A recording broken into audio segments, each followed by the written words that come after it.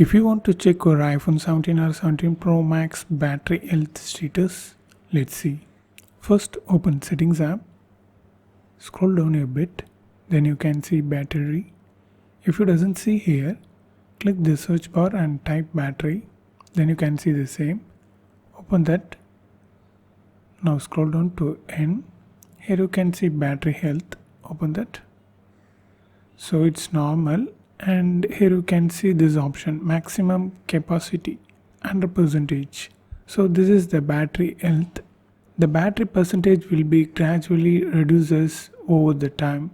So here you can see cycle count, which was 1. 1 cycle means if I charge the battery to full and then drain to 0 or something like that, it's counted as 1 cycle count.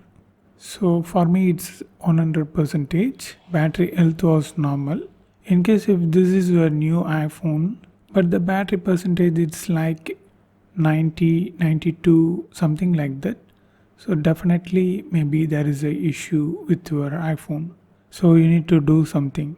So this is how you need to do. And if you want to know more videos about iPhone 17, watch this playlist.